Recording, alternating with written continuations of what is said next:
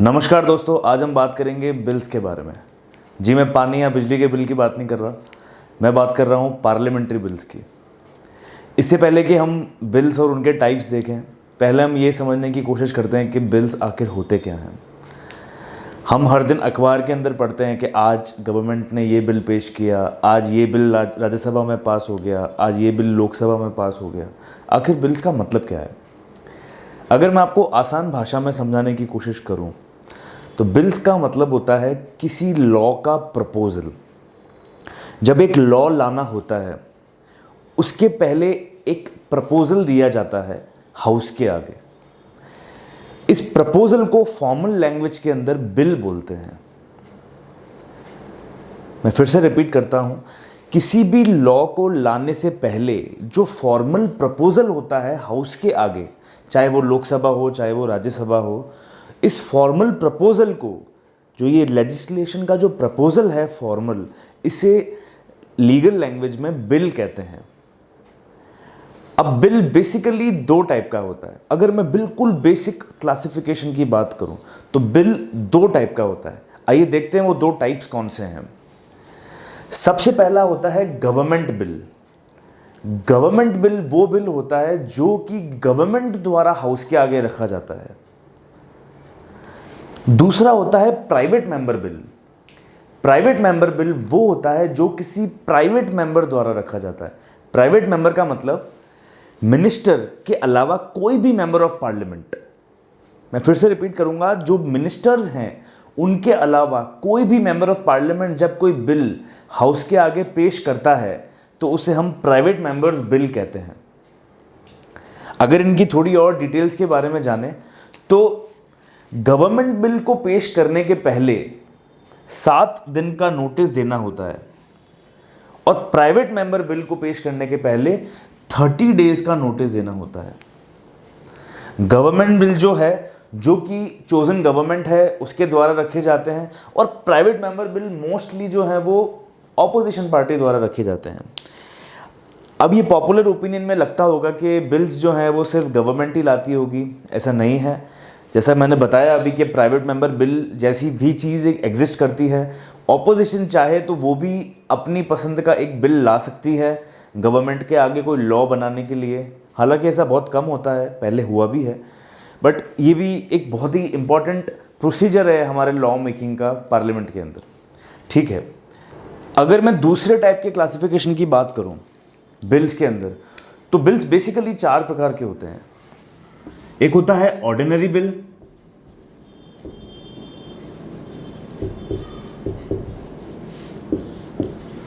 दूसरा होता है मनी बिल,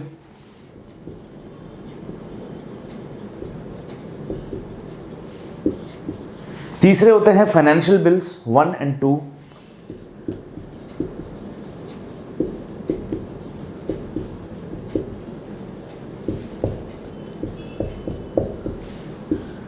और चौथा होता है कॉन्स्टिट्यूशनल अमेंडमेंट बिल।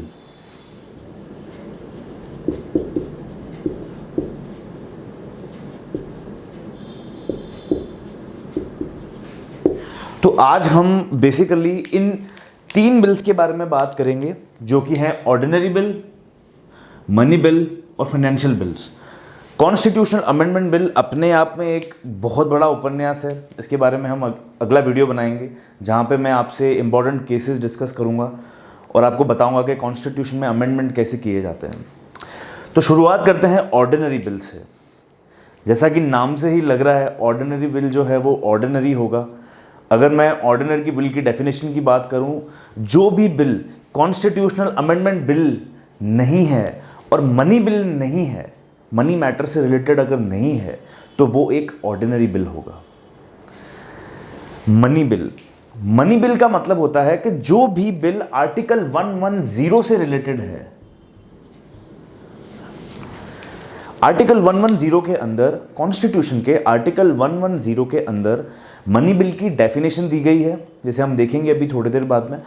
जो भी मैटर्स आर्टिकल 110 से रिलेटेड हैं, सिर्फ 110 से रिलेटेड हैं, यहां पे मैं हाईलाइट करना चाहूंगा ओनली वर्ड को, ओनली। जो मैटर्स सिर्फ आर्टिकल 110 में दिए गए हैं वो मनी बिल से रिलेटेड हैं, फिर आते हैं फाइनेंशियल बिल 1 और 2, इनकी डेफिनेशन हम अभी देखेंगे, और फिर आता है हमारा कॉन्स्टिट्यूशनल अमेंडमेंट बिल। तो आइए अब हम शुरुआत करते हैं ऑर्डिनरी बिल से। तो आइए दोस्तों अब ऑर्डिनरी बिल की बात करते हैं। ऑर्डिनरी बिल को पास होने से पहले 3 स्टेज से गुजरना होता है, फर्स्ट रीडिंग, सेकंड रीडिंग और थर्ड रीडिंग। ये बात तो कोई भी कॉमन सेंस से बता सकता है कि किसी भी किताब को पहली रीडिंग में हम पूरा नहीं समझ सकते हैं। उसको पूरे तरीके से समझने के लिए हमें मल्टीपल रीडिंग्स देनी होगी। दूसरी बार में 2 नई बातें पता लगेगी, तीसरी बार में 4 नई बातें पता लगेगी। तो वैसा ही कुछ प्रोसीजर पार्लियामेंट में भी फॉलो होता है। ऑर्डिनरी बिल पेश होता है, लेकिन वो पास होने से पहले बिल्कुल बहुत ही डिटेल्ड डिस्कशन से गुजरता है, फिर जाकर के वो कहीं वोटिंग पे आता है कि उसको पास करना है या नहीं करना है। तो स्टार्टिंग होती है फर्स्ट रीडिंग से। फर्स्ट रीडिंग के सिर्फ 2 काम हैं। पहला, ये एक फॉर्मल इंट्रोडक्शन का तरीका है।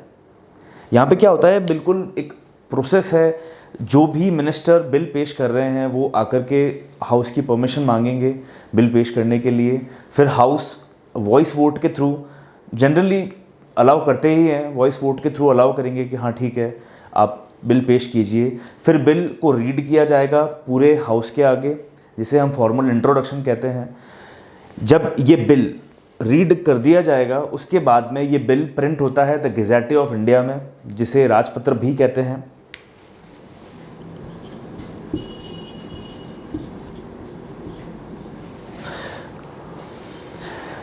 राजपत्र के अंदर ये बिल प्रिंट होगा और फिर उसके बाद में इसके ऊपर सेकंड रीडिंग होगी।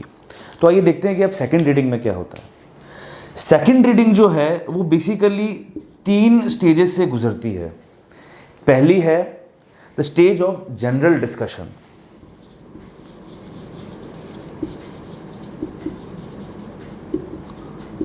ठीक है। दूसरी स्टेज है द स्टेज ऑफ कमिटीज। जो तीसरी स्टेज है वो है स्टेज ऑफ कंसिडरेशन।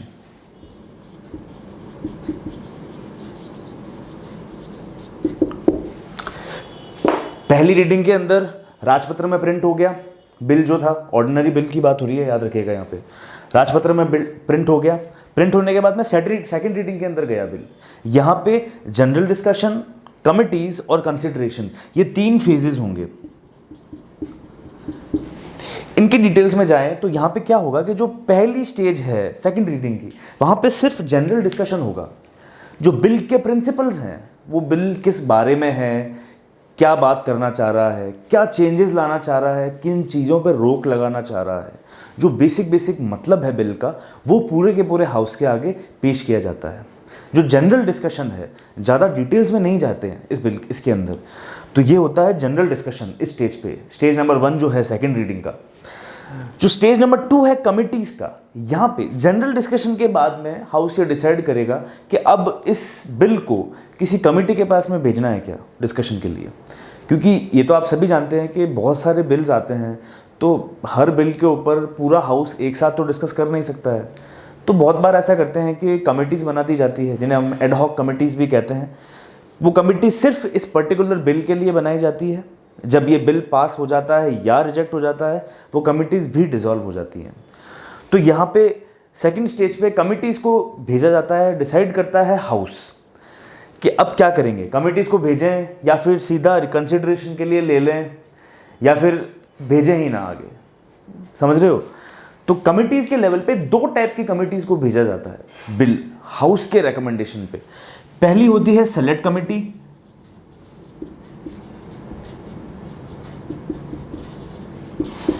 दूसरी होती है जॉइंट कमिटी।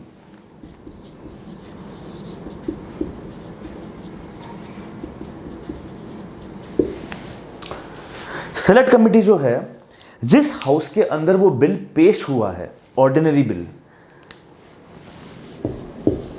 लोकसभा या राज्यसभा। अभी हम पढ़ेंगे कि ऑर्डिनरी बिल किसी भी हाउस में पेश हो सकता है।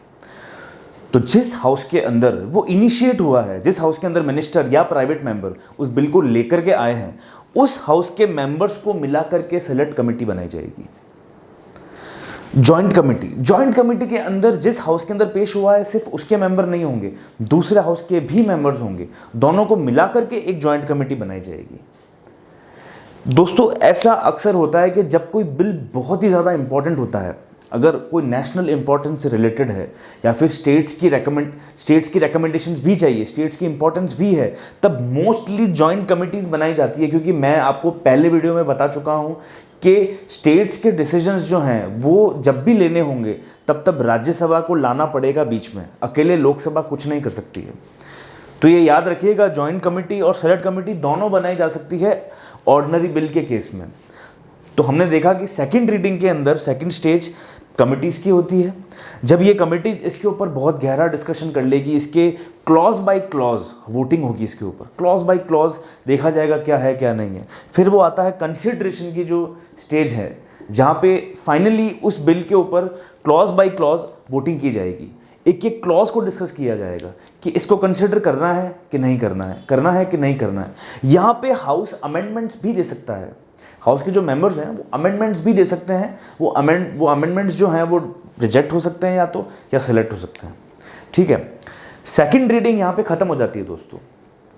अब हम बात करेंगे थर्ड रीडिंग की, जिसके बारे में हम अक्सर टीवी पे देखते हैं, लोकसभा टीवी पे या राज्यसभा टीवी पे या दूरदर्शन पे। वो जो मेन प्रोसीजर होता है वोटिंग का, आयेज का और नोज का, जब एक स्वर के अंदर चिल्लाते हैं कोई आयेज मतलब यस अगर बिल को एक्सेप्ट करना है तो, या फिर चिल्लाते हैं नोज अगर बिल को रिजेक्ट करना है तो वो मोस्टली थर्ड रीडिंग पे होता है, या फिर कंसिडरेशन के स्टेज पे जब क्लॉज बाय क्लॉज रिजेक्शन करने थे या फिर सिलेक्शन करने थे। तो अब थर्ड रीडिंग की बात करेंगे दोस्तों। Third reading is all about selecting the bill और रिजेक्टिंग द बिल। यहाँ पे क्लॉज बाय क्लॉज डिस्कशंस नहीं होते हैं। एग्जाम्पल से कोई एक बिल है, कोई भी बिल है, मान लीजिए कि उस बिल के अंदर 10 क्लॉज थे, 1 2 3 4 करते करते 10 क्लॉज थे। तो इन 10 के 10 क्लॉज पे क्लॉज बाय क्लॉज डिस्कशन हुआ था कंसिडरेशन स्टेज पे। एक क्लॉज पे करा, 10 लोगों ने बोला कि नहीं होगा, 11 ने बोला कि होगा, इसको मान लिया।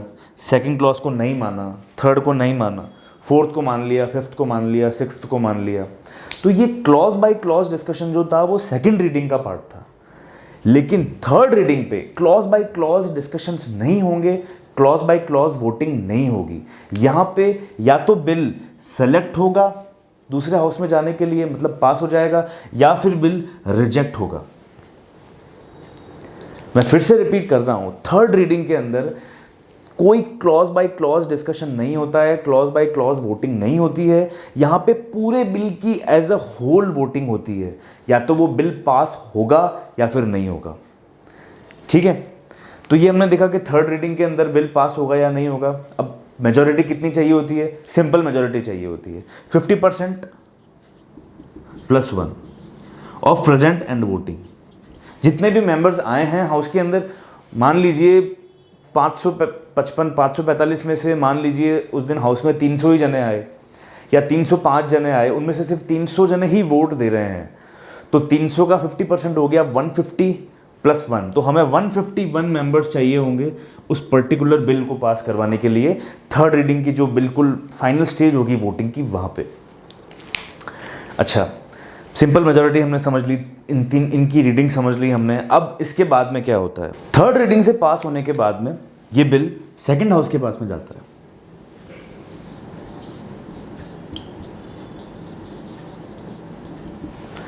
सेकंड हाउस के अंदर भी इस बिल को, ऑर्डिनरी बिल को, तीनों रीडिंग से दोबारा गुजरना पड़ेगा। फर्स्ट रीडिंग, सेकंड रीडिंग और थर्ड रीडिंग। सेकंड हाउस के अंदर भी एंड में जाकर के थर्ड रीडिंग पे या तो अप्रूवल होगा या उसका, या फिर वो बिल रिजेक्ट हो जाएगा। अगर वो बिल अप्रूव हो जाता है, मान लीजिए सेकंड हाउस भी उस बिल को वोटिंग से पास कर देता है, तो उसके बाद में क्या होगा? उसके बाद में ये बिल जाएगा प्रेसिडेंट के पास में।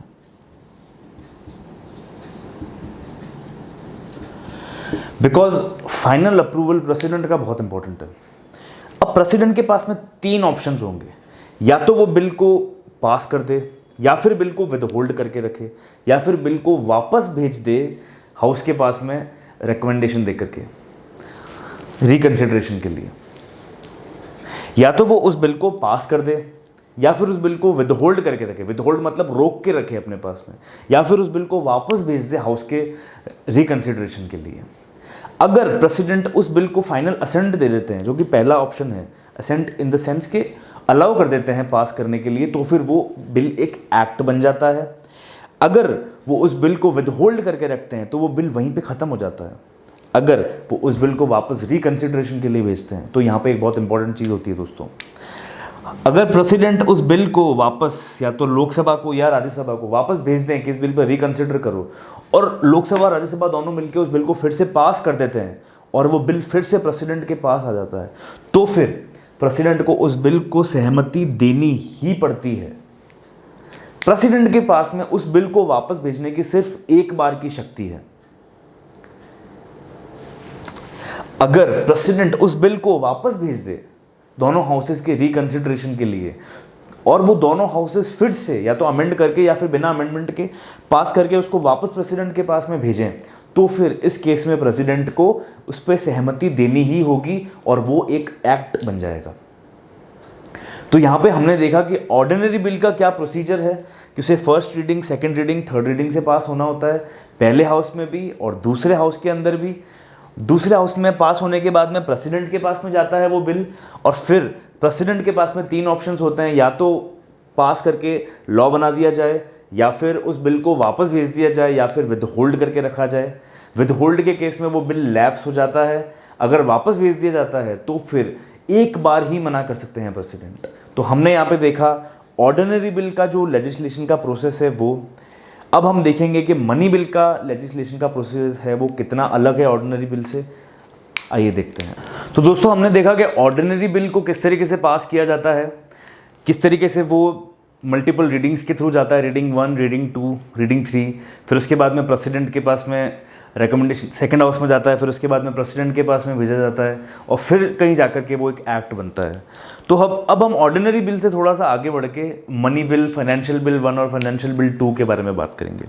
तो आइए देखते हैं कि मनी बिल के अंदर किस तरीके से जो लेजिस्लेशन प्रोसेस है वो किस तरीके से अलग है ऑर्डिनरी बिल से। हमने देखा था कि ऑर्डिनरी बिल जो है वो किसी भी हाउस के अंदर इंट्रोड्यूस किया जा सकता है, लोकसभा या राज्यसभा, लेकिन मनी बिल के केस में ऐसा नहीं है। मनी बिल जो है वो सिर्फ और सिर्फ लोकसभा में इंट्रोड्यूस होगा, वो भी प्रेसिडेंट के प्रायर रिकमेंडेशन पे। तो यहाँ पे दो बहुत ही इंपॉर्टेंट बातें हैं नोट करने वाली। पहली कि इसके लिए प्रेसिडेंट का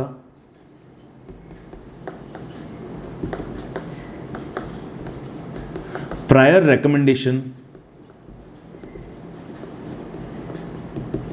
अनिवार्य है, इंपॉर्टेंट है बहुत ही ज़्यादा ये पॉइंट। सेकंड चीज़, ये सिर्फ और सिर्फ लोकसभा के अंदर इंट्रोड्यूस हो सकता है। तीसरी बात, मैंने बताया था आपको ऑर्डिनरी बिल के अंदर के ऑर्डिनरी बिल जब सेकंड हाउस में जाता है और सेकंड हाउस अगर उस बिल को मना कर देता है तो फिर वो बिल लैप्स हो जाता है, या फिर अगर उस बिल को वापस भेजता है तो फिर लोकसभा को माननी पड़ती है उस बिल को चेंज करने के लिए जो भी राज्यसभा की रिकमेंडेशंस है। लेकिन यहाँ पे ऐसा नहीं है। यहाँ पे राज्यसभा के पास में इस बिल को सिर्फ 14 दिनों तक 14 डेज तक रोकने की पावर है। अगर 14 डेज तक राज्यसभा कोई जवाब नहीं देती है तो वो बिल ऑटोमेटिकली पास्ड माना जाता है। राज्यसभा रिकमेंडेशंस दे सकती हैं लोकसभा को मनी बिल से रिलेटेड, लेकिन उनको मानना नहीं मानना ये लोकसभा के हाथ में है। तो यहाँ पे हमने देखा कि राज्यसभा जो है वो लोकसभा से कम है पावर्स के अंदर मनी बिल के केस में। हमारे संविधान के अंदर मनी बिल से रिलेटेड जो आर्टिकल है लिखा गया वो है आर्टिकल 110 क्लॉज ए से एफ तक। क्लॉज ए से एफ तक जो भी क्लॉजेज हैं आर्टिकल 110 के अंदर वो सारे के सारे मनी बिल की डेफिनेशंस हैं। अगर कोई भी बिल उन डेफिनेशंस को सूट करता है तो वो मनी बिल है।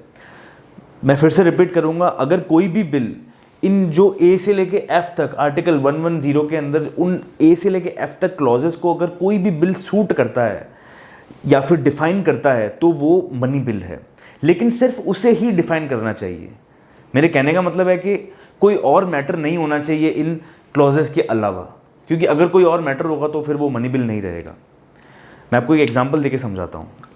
जैसे कि क्लॉज 1 जो है वो टैक्सेशन से रिलेटेड है, तो जब भी हम कोई बिल इंट्रोड्यूस करेंगे लोकसभा के अंदर जो मनी बिल होगा वो तब ही मनी बिल होगा अगर वो सिर्फ और सिर्फ टैक्सेशन से रिलेटेड है। टैक्स को कम करना है, घटाना है या एबॉलिश करना है, जो भी उसमें दिया हुआ है, सिर्फ अगर टैक्स की ही बात कर रहा है तो वो एक तरीके का मनी बिल होगा।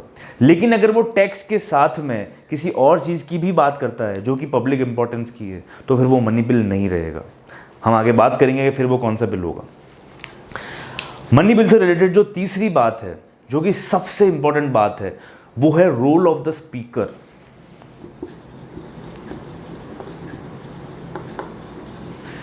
कोई भी बिल मनी बिल है या नहीं है ये कौन डिसाइड करता है? Speaker of the Lok Sabha. जो लोकसभा के स्पीकर हैं वो डिसाइड करेंगे कि ये पर्टिकुलर बिल मनी बिल है या नहीं है। और जब भी उसको आगे पेश किया जाएगा तो एज अ मनी बिल पेश किया जाएगा। सेकंड हाउस में जब भेजा जाएगा उसके पहले एक तरीके का स्टैम्प या ठप्पा कह सकते हो आप, जो भी ये लगाते हैं स्पीकर ऑफ द लोकसभा कि ये बिल जो है ये मनी बिल है।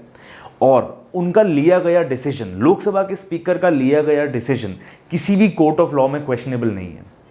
अगर किसी बिल को स्पीकर ऑफ द लोकसभा ने बोल दिया है कि ये मनी बिल है तो वो फिर वो मनी बिल की तरह ही कंसिडर होगा।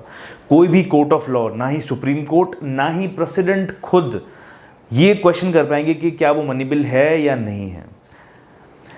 डेफिनेशंस के हिसाब से तो ये है कि आर्टिकल 110 क्लॉज ए से एफ के अंदर जो भी आते हैं डेफिनेशंस बिल की, अगर वो है तो फिर वो मनी बिल है। लेकिन उसके अलावा उस बिल को परमिशन चाहिए होगी स्पीकर ऑफ द लोकसभा की मनी बिल डिक्लेयर करने के लिए। ठीक है, मनी बिल जो है वो हमने बात करी और देखा कि भाई मनी बिल की क्या क्या इंपॉर्टेंस है और क्या कैसे है। अब हम बात करेंगे फाइनेंशियल बिल 1 और फाइनेंशियल बिल 2 की। तो इससे पहले कि हम फाइनेंशियल बिल 1 और 2 की बात करें, हम ये समझ लेते हैं कि फाइनेंशियल बिल्स के बारे में कॉन्स्टिट्यूशन क्या कहता है। कॉन्स्टिट्यूशन फाइनेंशियल बिल्स को एक बहुत ही टेक्निकल टर्म्स के अंदर यूज़ करता है। कॉन्स्टिट्यूशन ये बोलता है कि जो भी मैटर्स मनी से रिलेटेड हैं वो सारे के सारे फाइनेंशियल बिल्स हैं। और फाइनेंशियल बिल्स 3 टाइप के होते हैं, मनी बिल, फाइनेंशियल बिल 1 और फाइनेंशियल बिल 2। जो भी मैटर्स आर्टिकल 110 ए से एफ के बीच में होंगे वो सारे के सारे मनी बिल होंगे। और इसके अलावा जो बाकी के बिल्स होंगे वो या तो फाइनेंशियल बिल कैटेगरी 1 में होंगे या फाइनेंशियल बिल कैटेगरी 2 में होंगे। जैसे कि मैंने स्टार्टिंग में बोला था ऑर्डिनरी बिल के बारे में कि जो भी बिल कॉन्स्टिट्यूशनल अमेंडमेंट बिल नहीं है या फिर मनी बिल नहीं है वो ऑर्डिनरी बिल होगा। आई होप आपको ये चीज़ अभी तक क्लियर हो रही होगी। ठीक है, अब हम बात करते हैं फाइनेंशियल बिल 1 की। तो दोस्तों फाइनेंशियल बिल 1 जो है वो बहुत हद तक मनी बिल के जैसा है, इसीलिए मैंने दोनों को साथ साथ में लिखा है। फाइनेंशियल बिल 1 जो है वो मनी बिल के जैसा है। कैसे? फाइनेंशियल बिल 1 को भी हम सिर्फ और सिर्फ लोकसभा में ही इंट्रोड्यूस कर सकते हैं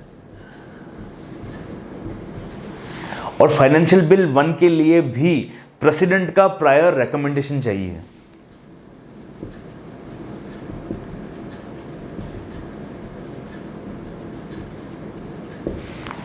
ठीक है, इन 2 एस्पेक्ट्स के अलावा बाकी जितने भी प्रॉपर्टीज हैं फाइनेंशियल बिल 1 की वो ऑर्डिनरी बिल जैसी है। जैसा कि मैंने बताया था कि ऑर्डिनरी बिल के अंदर जो राज्यसभा है और जो लोकसभा है इन दोनों की पावर्स जो हैं वो इक्वल है। यानी कि जब भी बिल पहले हाउस से पास होकर दूसरे हाउस के पास में जाता है, ऑर्डिनरी बिल अगर लोकसभा से पास होकर राज्यसभा के पास में चला गया तो उस बिल को राज्यसभा रिजेक्ट भी कर सकता है, उस बिल को अमेंडमेंट भी दे सकता है, उस बिल को रोक के रख सकता है। अब रोकने का जो डेडलॉक सिचुएशन है वो भी हम देखेंगे। तो ये सारी की सारी पावर्स फाइनेंशियल बिल 1 के केस में भी राज्यसभा को मिलेगी। तो यहाँ पे भी राज्यसभा जो है वो लोकसभा के बराबर होगी। After the introduction in the Lok Sabha, जब भी जो पूरी तीनों रीडिंग से निकल के जब वो राज्यसभा के पास में जाएगा बिल फाइनेंशियल बिल 1, तब राज्यसभा के पास में बिल्कुल पावर जो होंगी वो लोकसभा के बराबर होगी। मना भी कर सकता है, वो रिजेक्ट भी कर सकता है, वापस भी भेज सकता है लोकसभा को। फाइनेंशियल बिल 2 की बात करते हैं। फाइनेंशियल बिल 2 जो है वो जितने भी matters consolidated fund of India से पैसा निकालना या पैसा डालना इससे रिलेटेड हैं, जो भी expenditure consolidated fund of India से करने हैं वो सारे के सारे फाइनेंशियल बिल 2 के अंदर आएंगे। मैंने ये साथ में लिखे हैं बिकॉज ये दोनों भी एक दूसरे के जैसे हैं। फाइनेंशियल बिल 2 जो है वो किसी भी हाउस में इंट्रोड्यूस हो सकता है। फाइनेंशियल बिल 2 को इंट्रोड्यूस करने के लिए लोकसभा प्रेसिडेंट की प्रायर रिकमेंडेशन नहीं चाहिए। लेकिन एक चीज़ है जो थोड़ी सी कंफ्यूजिंग है वो ये कि बेशक हमें इसे इंट्रोड्यूस करने के लिए प्रायर रिकमेंडेशन नहीं चाहिए, लेकिन लोकसभा और राज्यसभा दोनों के अंदर जब भी बात आएगी इसके कंसिडरेशन की, जो मैंने बात करी थी कि ऑर्डिनरी बिल में सेकंड रीडिंग का जो थर्ड स्टेज था, consideration, the stage of consideration, वहाँ पे प्रेसिडेंट को बोलना पड़ेगा कि आप इसे कंसिडर कीजिए। तो recommendation of the president is not required for introduction पहले स्टेज पे, जो कि पहली रीडिंग होती है, वहाँ पे इंट्रोडक्शन के लिए रिकमेंडेशन नहीं चाहिए, लेकिन जब कंसिडरेशन की बात आएगी तब प्रेसिडेंट का अप्रूवल चाहिए होगा यहाँ पे। अदरवाइज ये दोनों हाउसेज जो हैं वो फाइनेंशियल बिल 2 को पास नहीं कर पाएंगे। ठीक है, अब फाइनली बात करते हैं जॉइंट सिटिंग की, कि जॉइंट सिटिंग का प्रावधान कहाँ कहाँ पे होगा और जॉइंट सिटिंग का मतलब क्या है। देखिए, जब भी कोई बिल पास नहीं हो पाता है, किसी एक हाउस के पास में जाके अटक जाता है for may be any of the reasons, but जब उस बिल को पास तो करवाना है ही, बिकॉज बहुत ही लंबा चौड़ा प्रोसीजर होता है बिल को वापस से शुरू से स्टार्ट करना, तब एक हमारे कॉन्स्टिट्यूशन के अंदर जो प्रावधान है जॉइंट सिटिंग का, कि दोनों हाउसेस को साथ में बिठा लिया जाता है और फिर सिंपल मेजॉरिटी से डिसाइड किया जाता है कि वो बिल पास होगा या नहीं होगा। तो उसके लिए क्या करते हैं कि प्रेसिडेंट जो हैं वो जॉइंट सिटिंग को समन करते हैं, बुलाते हैं जॉइंट सिटिंग को, और दोनों हाउसेस को एक ही साथ में बिठाया जाता है और वोटिंग ली जाती है।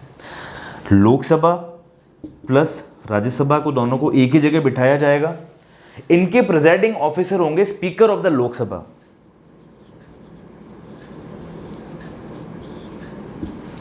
फिर दोनों के अंदर सिंपल मेजॉरिटी से वोटिंग ली जाएगी। तो अब ये देखेंगे कि जॉइंट सिटिंग का प्रावधान है कहां कहां पे।